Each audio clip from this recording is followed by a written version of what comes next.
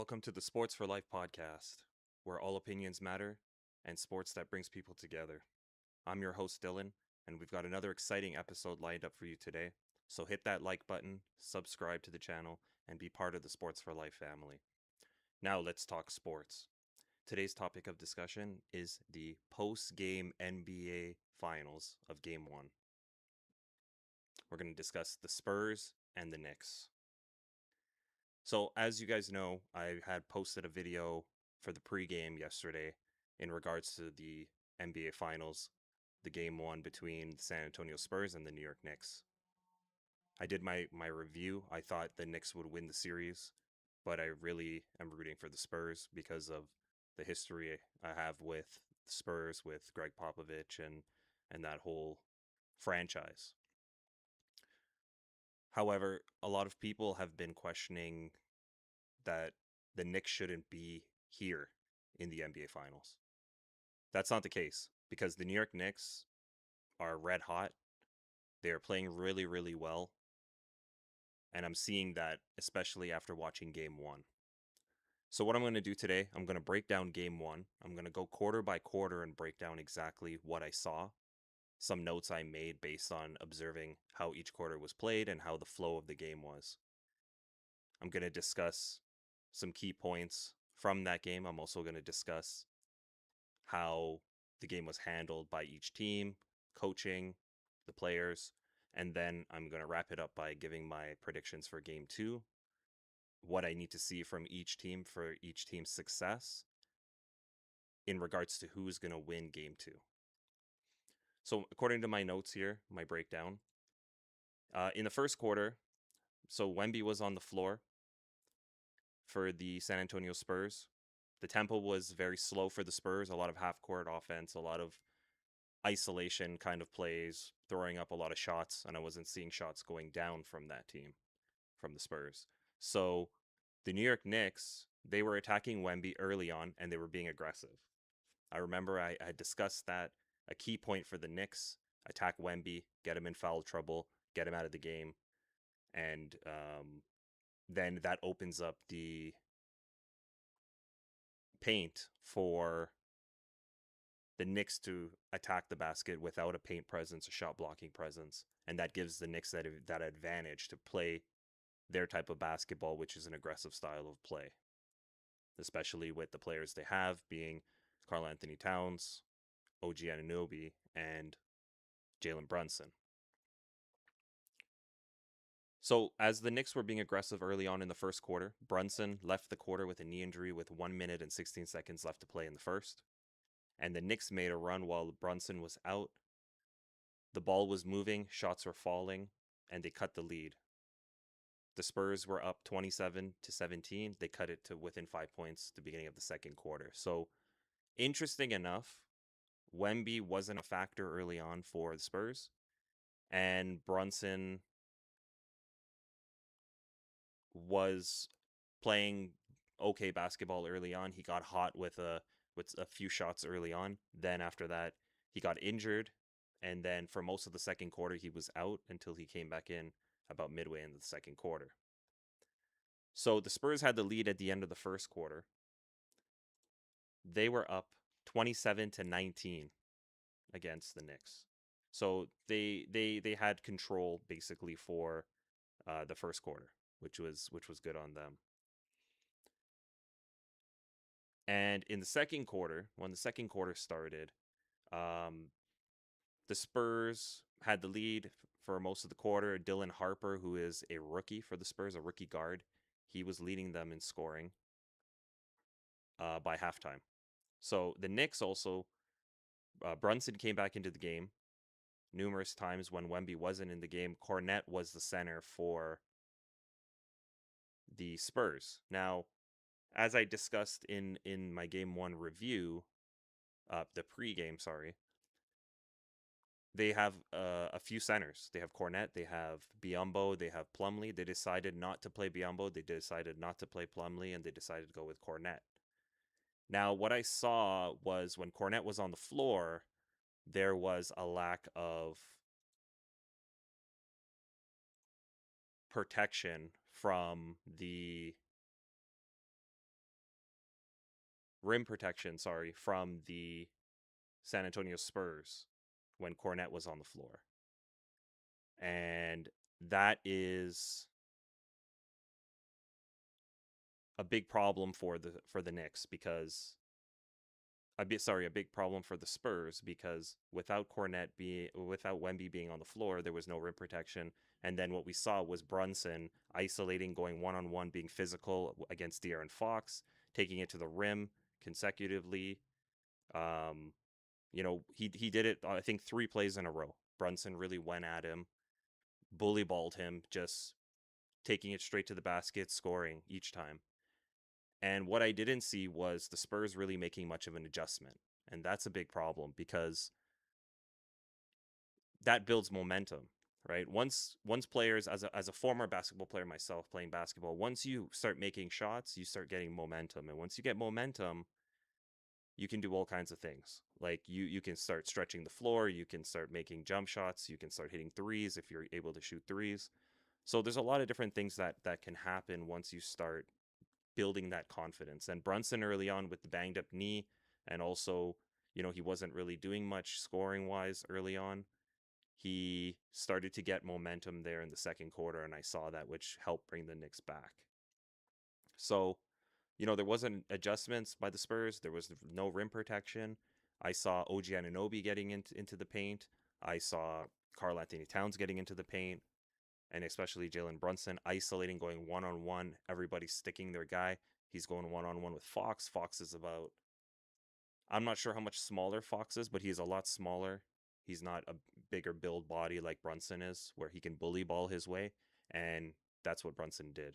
And basically, they attacked, they put points up. The tempo slowed down in the game, and they played isolation. Brunson started to attack. As he started to attack and bully ball his way through, then all of a sudden the defense started to uh, they started to pull into him. So basically, when you were attacking the basket, everybody's sticking on their guys. So you got perimeter guys, you got guys kind of isolating, creating space for him to enter, go into the paint, and then do what he does. And what ended up happening was that started to pull the defense in. So the defense started to close in a little bit. So guys started to kind of get in the way to stop Brunson from having an easy lane to the basket. And that ended up leading to Brunson's realizing that, seeing the guys moving around and shifting, and as he saw things moving around and the guys were kind of moving around and pulling the defenders around, all eyes were on Brunson, and Brunson started kicking it out, and guys were starting to make shots. And that's exactly what I was mentioning again in the pre-game show yesterday of my prediction. The key players have to attract the attention. They have to get out early, start scoring, you let the defense start switching up, because everybody initially, when they're playing, initially they play man to man. They man up on each other, which means everybody has their guy. They got to follow their guy around, move around, and unless they get screens. When they set screens, which are picks, they basically switch, and then guys get mismatches. So what ended up happening was Brunson was doing that, and I saw the Knicks doing that. I did not see the Spurs doing that. The Spurs were playing very half court like offense. Um, that when Wemby was out, tempo was picking up a little bit. The guys were pushing the ball. They were going. They were looking for each other. It was a bit better. When Wemby was back in the game, the tempo slowed down. Guys kind of was standing around. I didn't see a lot of hustle. And, you know, I saw, guys go, they do a layup, they miss, they get their own rebound. The Spurs are just kind of standing and looking. And that allowed the Knicks to get back into the game. So basically, in the second quarter, Wemby was not in the game for certain times, and what ended up happening was the Knicks were pushing tempo, playing their style of basketball, not worrying about anybody blocking their shots, because there was no shot blockers on the floor for the Spurs, and that's why I mentioned Bismack Biyombo being someone who we could look at. Plumlee as well, we can look at. They're a bit better rim protectors than Cornet is. However, they went with Cornet maybe because of the offensive side. He's a little bit better than those two guys. So at halftime, the game was close. The Knicks were down by 7 points. It was 48 to 55 for the Spurs. So again, the Spurs going into halftime, they had the lead. That's exactly what they wanted to do. and how they wanted to control the game, and that's what they were doing. So, you know, it's good on them to have had those issues early on. They were scoring okay early on. It wasn't too bad. Champagne was Julian Champagne. Um, he had hit 5 threes in the first half of the game, so his shot was falling. Wemby was 2 for 9 for threes for the entire game, and 6 for 21 for the entire game shooting. So again, Wemby was not scoring and attracting too much attention. Um, they played him basically man to man. They had Cat on him, which I was saying, if Cat's a big, strong guy, and he could move Wembenyama and keep him out of the paint and keep him away from the basket so he doesn't get those tip ins and he doesn't get those easy buckets. And he was doing that all game long. He was really pressuring him and giving him a hard time. And that's what I saw from start to finish from the Knicks. They really stuck to the game plan, and it worked for them. In the third quarter, the Spurs, poor offensive rebounding, the lack of effort, boxing out. I saw a lot of those plays, as I mentioned. Uh, the Knicks were putting up shots, missing, grabbing the rebound, kicking it back out, restarting the shot clock, continuing to do that, and getting more shots up because they were able to secure those offensive rebounds when they missed, and then they were able to go and kick it back out, restart the clock, rerun a new play, and go again. The Knicks continue to attack the basket when Wemby was off the floor, right? The transition defense, no rim protection by the Spurs. The Knicks, the ball was moving a lot on the offensive glass. There have been more effort by the Knicks. They've been aggressive in attacking the basket. That's what I saw. A lot of, again, effort, energy in the second half. The Knicks outscored the Spurs in the third 28-21, and then in the fourth 29-19. So again, effort, energy, moving the ball, tempo, transition, pushing the ball, getting in the passing lanes, forcing turnovers. I saw when they were isolating a lot, I saw guys for the Knicks closing in on Wemby. Wemby was going one on one. They stick their hand, poke the ball out, and then there we go. We have a possession. We're transitioning now, going down the floor, and Wemby is not gonna gun it down the floor. So these guys have, they outran him. They, you know, kept the tempo going. They knew exactly what they needed to do, and they executed it really well. So in the fourth quarter, the Knicks were down 14 points. Sorry, in the third quarter, the Knicks were down 14 points, and still they came back and won the game. Jalen Brunson had 13 of his 30 entire points in the fourth quarter. That's another key point. And Julian Champagne was 5 for 6 from three by half, and he finished the game 5 of 10 from three. So basically, he missed all of his points, all of his 3-pointers in the second half. And I basically breaking down some of the stats. As I mentioned, OG Anunoby got hot in the fourth quarter. He scored a majority of his points in the fourth quarter. And also Karl Anthony Towns, he was one of the second leading scorer on the team, and Jalen Brunson was the leading scorer on the team. Now, shooting wise for the teams, the Knicks shot 41% from the field, 31% from three, and 89% from the free throw line. And the Spurs shot 36% from the field, 26% from three, and 80% from the free throw line. So overall, from a scoring point of view, the Knicks were better across the board than the Spurs. As I mentioned in the pregame video, the Spurs, for them to win, they have to get those good looks, and those guys have to knock down those shots. And then also the energy has to be on the defensive side. They got to stop Jalen Brunson from taking over, which they didn't do. They got to stop Karl Anthony Towns from settling in the post and giving Wemby a hard time. They didn't do that either. And my main point, they got to watch OG Anunoby, because OG Anunoby, as I mentioned, is the sleeper on this team. He is a sneaky player that has experience. He's a former NBA champion with the Toronto Raptors. And he's a very good defensive player, and he's a very good shooter. He can get hot. He's a very comfortable player. He knows what he needs to do, how he needs to do it, and he did that. He did that exact thing. He showed up in the fourth when he needed to, and he helped carry the team.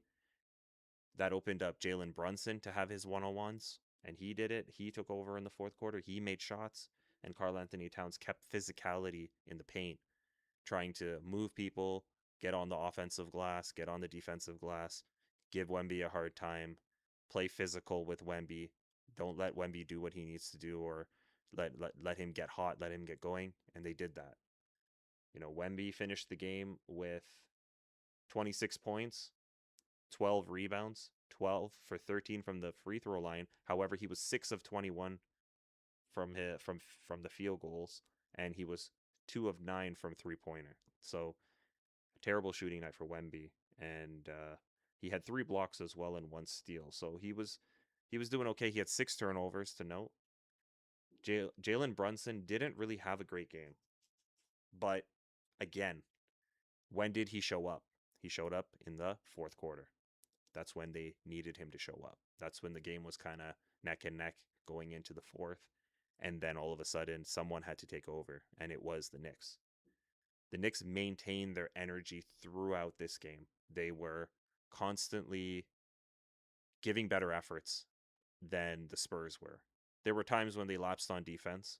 However, coaching wise, Mike Brown is an excellent coach. He's an excellent defensive coach and a scheme coach. And he coached this game like a gem. I know the Knicks were down in the third.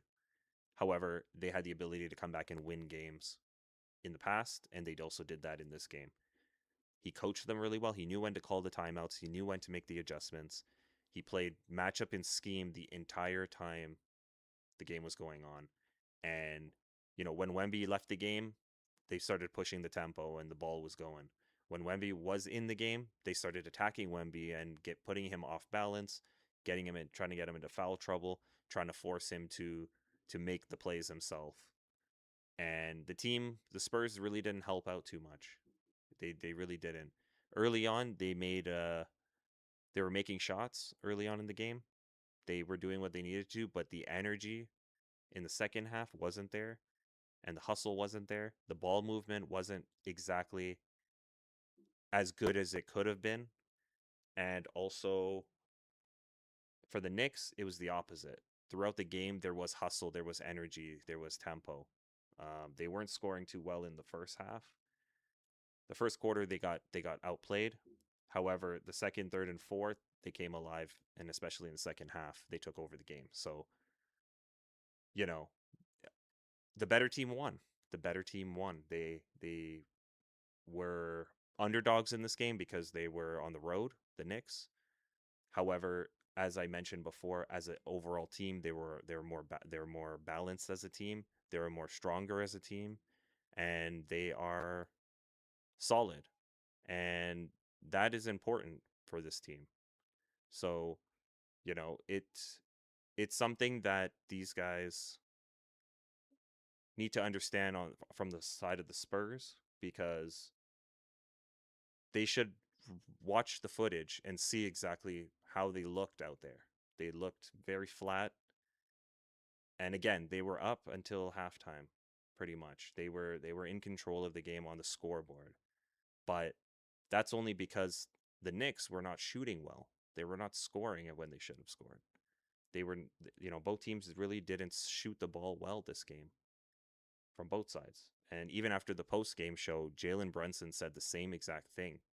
He said, we really didn't play well, to be honest. We didn't play to what we expected to play. We didn't play to what we, you know, hoped for. And, we got to get better. And he's right. There are things that they need to fix. They could have blown the game in the third, but they didn't. So, you know, again, there's a lot of things that these guys do, especially on the Knicks side of the ball, that I like with this build of this team. OG Anunoby, Karl Anthony Towns, Josh Hart, Mikal Bridges, and Jalen Brunson. That's their starting five.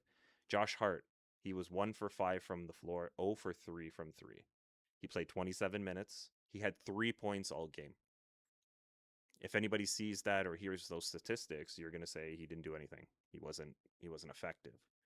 However, let's look at the intangibles. Let's look at things that nobody really looks at until you really dig deeper into the stat sheet. Josh Josh Hart, he had 15 rebounds. Now, Josh Hart is not a big guy. He's basically a guard forward. I would say a small forward, if so. And he grabbed 15 rebounds. So, that, like, he is the leading rebounder, I think, in the entire game. He had more rebounds than Victor Wembanyama. So nobody looks at that. He had 6 assists, he had 4 steals, and he had 1 block. And he had 0 turnovers. So you have this guy who's out there and he plays 27 minutes. He has 3 points, 1 for 5 shooting the ball, 0 for 3 from three. He made one out of 1 free throws. He had 15 rebounds, 6 assists, 4 steals, 1 block, no turnovers, and he had 2 offensive rebounds, and he had 13 defensive rebounds. As the Spurs, how can you let that happen? How can you let someone like that go out there and grab all those rebounds, being like basically like a shooting guard slash small forward? Because that's what he really is based on his build. He's not a tall guy. He's not a strong guy. He's not a big body. But he's going out there and he's doing all the things that the Knicks needed to help them win. Because without all those rebounds, that's a lot of possessions that could be gone from the Knicks that could be going to the Spurs. Could be offensive rebounds for the Spurs, putbacks, points going on the board, increasing the lead, and the game could have gotten away. So again, this is exactly what I was saying in the pregame show, and I was discussing. They're the intangible thing. Both teams are well matched. Both teams have young players that can score. Both teams have MVP caliber leaders, Jalen Brunson, Victor Wembanyama, but they're also surrounded by talented players. Also note, Dylan Harper, who is a rookie for the Spurs, he was the leading scorer for the Spurs up till halftime. And the Spurs were up by half. So isn't that interesting? That's very interesting. They somehow still had the lead, and that's how bad the Knicks were really playing in the first half. But in the second half, the tide changed. Everything that was going for the Spurs right in the first half was not going right for them in the second half. And, the key players for their team, they got to step up. My guy De'Aaron Fox for the Spurs, 7 points, 3 for 13 shooting. Stephen Castle, he had 17 points. He was 7 for 16, 1 for 5 from 3. De'Aaron Fox was 0 for 4 from 3. Devin Vassell was 1 for 6 from 3. And then the bench didn't help at all. Harrison Barnes came in 0 for 2 from 3. Carter Bryant 0 for 1. Dylan Harper, even he was leading them in scoring up till halftime. He was 1 for 4 from 3. So the looks that they were getting, it the looks were not bad, but they just weren't making shots, right? So, and then again, from a point of the bigs, when Wembanyama was on the bench, they had Luke Cornett come in. In 10 minutes, he played. He scored 0 points. 0 field goals, 0 3-pointers, 0 free throws. He had 1 rebound as a center for the Spurs. So he's a center. He's coming in for Victor Wembanyama. He puts in 10 minutes in the entire game. He puts up 1 rebound. However, on the other side of the ball, Josh Hart, who is a small forward slash shooting guard, he grabs 15 rebounds.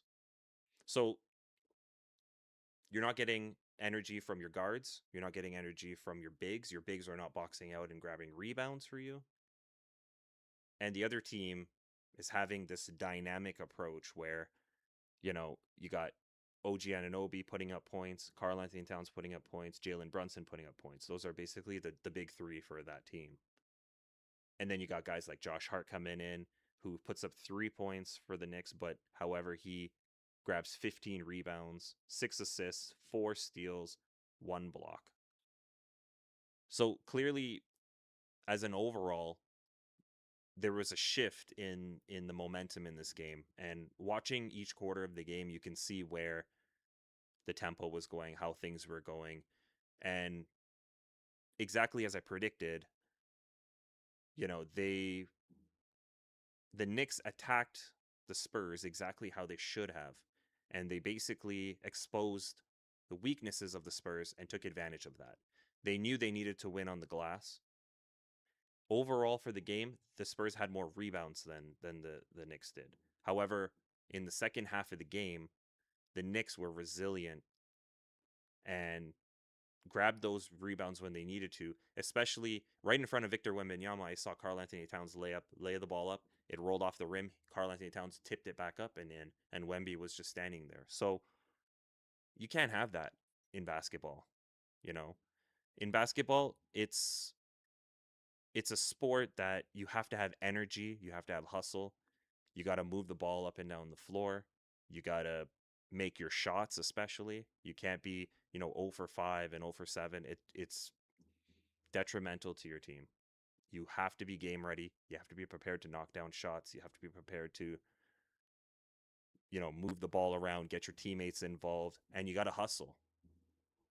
I've seen teams that, they shouldn't win games, but they win because they hustle. They look after their teammates. They carry their teammates. Guys step up. People that you don't expect to score ends up scoring. Like last night, Dylan Harper, being a rookie, coming off the bench, was leading the Spurs in scoring up till halftime. He came and he showed up in the first half. But in the second half, he was nowhere to be found. And no one else stepped up in the second half for them. Wemby got his points, but it was it didn't matter at that point because he was 6 out of 21 from the floor and he was 2 of 9 from 3. So he got his 26 points, but majority of it came from the free throw line. He was 12 of 13, which was good from the free throw line, but shooting the ball 6 out of 21, that's nothing. That's you're not helping your team by doing that. Their starting five, Julian Champagne was 5 of 11, Wemby was 6 of 21, De'Aaron Fox was 3 of 13, Devin Vassell was 4 of 11, and Stephen Castle was 7 of 16. And their bench really didn't help except Dylan Harper. No one else did anything on their team. So aside from Dylan Harper, the Spurs bench scored 4 points all game. You can't have that. You absolutely can't have that. So, that's my breakdown of this game. I think that there's some adjustments that need to be made. Basically discussing my prediction for game 2. What needs to happen at least? I mean, I don't know who's going to win, but I know what needs to happen for each team to win. The Knicks, obviously, they have to replicate what they did this game. They got to shoot the ball better. That's one thing. Because it was very risky for them. They almost lost this game in the third quarter when they were down 14 points. However, Jalen Brunson went off in the fourth to bring them back and keep that tempo going. So for the Knicks, they have the plan. They just got to go out and execute it. They got to shoot the ball better, as Jalen Brunson said. They got to continue to hustle, continue to give Wemby trouble in the paint, continue to play that transition defense. When they see Wemby going one-on-one, they got to get help over to knock the ball out like they were doing yesterday, caused them to turn the ball over 6 times. And that's what they got to do. They got to keep the tempo going, control what the Spurs give you. They know exactly right now, as I've seen, they know exactly what they need to do. They just got to execute it. So that's for the Knicks. For the Spurs, they got to make shots. Like, you can't win the game shooting 36% from the floor and 26% from 3 all game long. Like, you cannot do that. You absolutely cannot do that. You're not going to win. This is the NBA finals. Like, you can't put up those kinds of numbers. And I think that they realized it at the end of the game because Victor Wembanyama came out and said that we let them have this one. It's not going to happen again.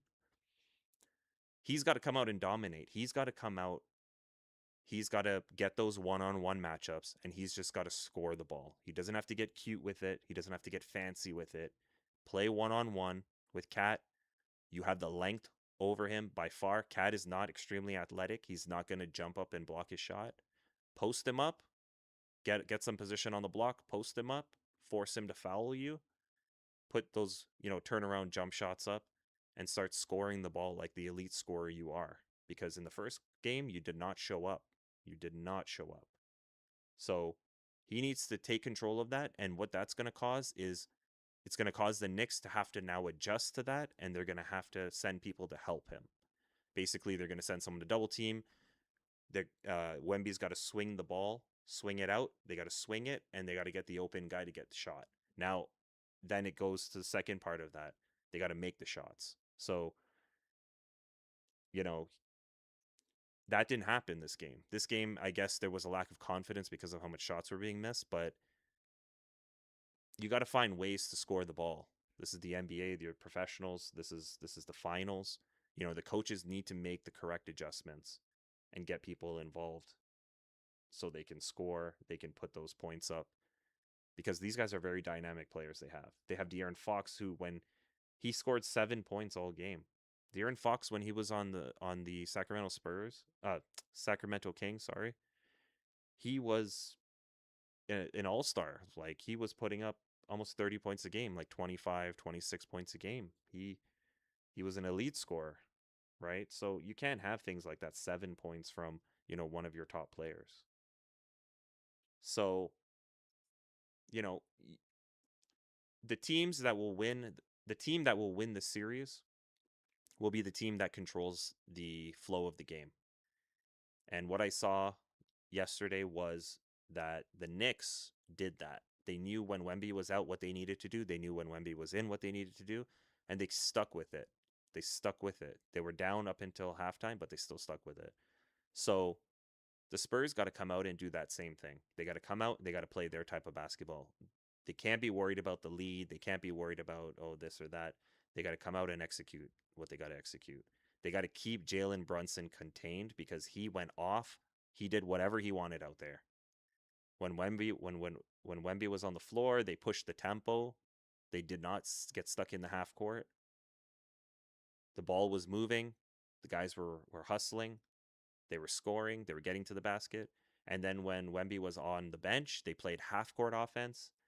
They isolated with Brunson one-on-one, and they went straight at Wemby, straight at the paint, and scored.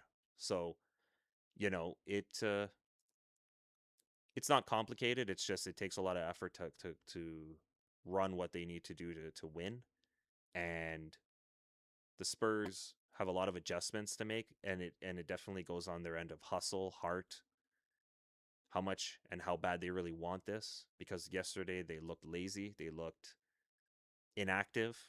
They let these guys just blow right by them and score, thinking that, hey, we have De'Aaron Fox on Brunson. He's going to match up well against them. De'Aaron Fox is not a great defender. He's small, he's very lanky, but Jalen Brunson's a big body. He's a tough guy. He likes contact. He's going to get right into your chest and he's going to go right at you. And he's been doing that for many years now, and he's been proven to do that, especially this season. And he's an MVP caliber player, so you cannot just stand around and watch him bully ball his way through the paint and get to the bucket with no rim protection. So, the Spurs got to sit down and look at the footage. They got to sit down and look at exactly what's been going on in the first game. Even, hey, I would look at the previous 3 games they played, look at what they did well and what they didn't do well, how they executed things, how they got the lead, how they maintained tempo in those other games as well, because they played them 2 times in the regular season, and then they played them once here now so far in the finals. But if the Spurs go and they lose game 2, they're in big trouble because the other 2 games are going to be played in New York, and New York is going to be rocking. So unless this is going to be a I'm going to win in your hometown and you're going to win in my hometown kind of series, the Spurs really got to make some adjustments. And Wemby, as I mentioned in my pregame video, which was yesterday, Does Wemby have what it takes to take charge of this team and lead them to the championship? Yesterday, did not do that. He was just a bystander there. He was just there. You know, they were just relaxed. There was no urgency. There was no hustle and determination for them to do what they did when they played OKC, which was push the tempo, consistently score, box out, take control of things. Wemby was highly involved in that game, in that series, and he really gave OKC a hard time. And he knew what he needed to do to beat OKC. But I think that this first game was a wake up call for them. I do believe in the second game they will win. The Spurs, they will bounce back because they have to. It's like a do or die kind of situation. So you let the Knicks come into your hometown and beat you game one, and then you could possibly lose game two. No, that's that's a recipe for trouble. I do believe one edge that the Knicks do have is they do have the coaching advantage against the Spurs here. Mike Brown is the head coach of the New York Knicks. He is a veteran coach. He is experienced, and the Spurs don't have Greg Popovich as their coach anymore. They have a intern rookie head coach who has taken them to the promised land. However, coaching is very important when it comes to making adjustments, knowing when to call timeouts, knowing when to make adjustments for your team to put them in a position of success, stopping momentum. Veteran coaches know exactly what they need to do. Rookie coaches, it's a lot harder. They have to go through a lot of trial and error. Maybe he looks back at this game one and says, there were times when I should have called timeout to stop the momentum, stop the bleeding, prevent it from getting worse. That wasn't done. I saw the Knicks executing the same plays 2 or 3 times at a time in a row and scoring on each possession. So, and the same defensive layout for the Spurs. So there was no sign of adjustments there. They thought, I don't know, they could possibly, they probably believe that there wouldn't be the ability for the Knicks to build momentum. I'm not sure to say what the game plan was there for the Spurs, but the Knicks had their way with them and executed well down the stretch, especially when it counted most, which is the third and fourth quarters.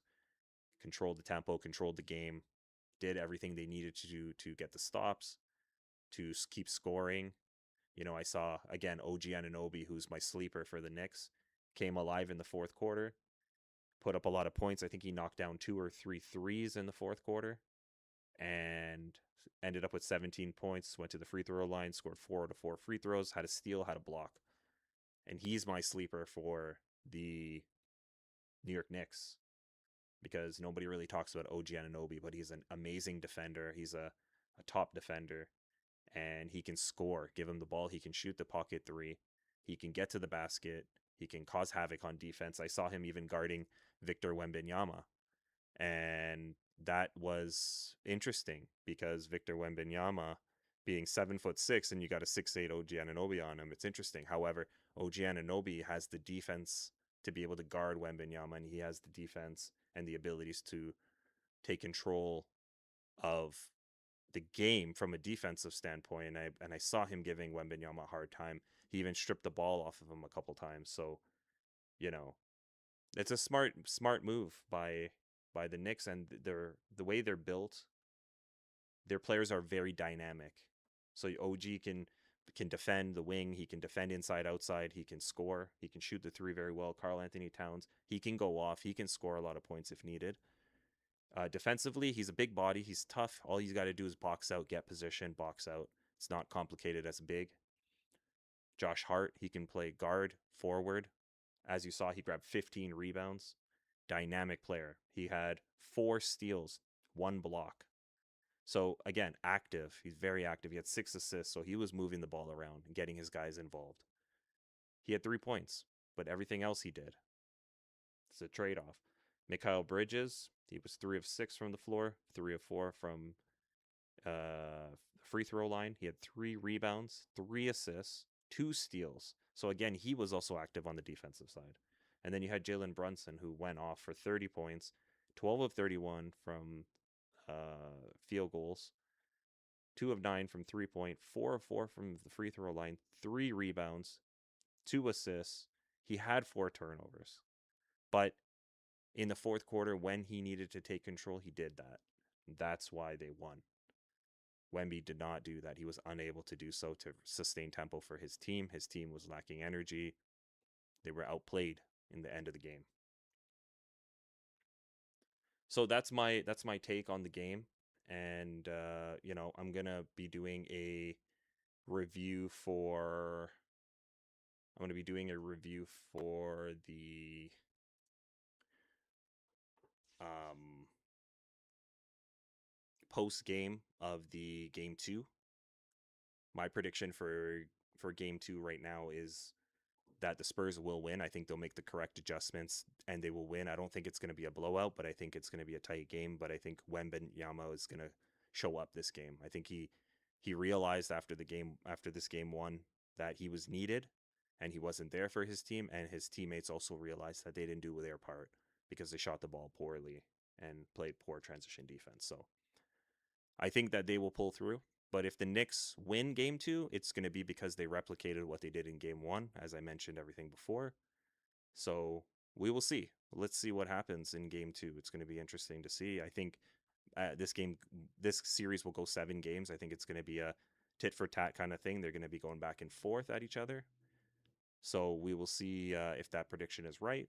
However, whoever can sustain tempo, control the game, coaching wise, and also in game, making those correct adjustments, attacking when they need to, doing exactly what they need to do based on what the other team is giving them. That's going to be the keys to the success of whichever team will win and sustain. So, anyways, guys, I just wanted to thank you. That's going to wrap up things for today's episode of the Sports for Life podcast. I appreciate everyone for tuning in and showing love. If you enjoyed the episode, don't forget to hit that like button, subscribe, turn on notifications so you never miss an episode. We'll be back soon with another podcast. So share it with your friends, family, and loved ones. Thank you all for the continued support. We'll see you again on another episode soon. Remember, it's all about positivity. All opinions matter. One community, one love. Stay safe, stay positive, keep the sports conversations going. I'm your host, Dylan. As always, it's been a pleasure. Peace out, everybody.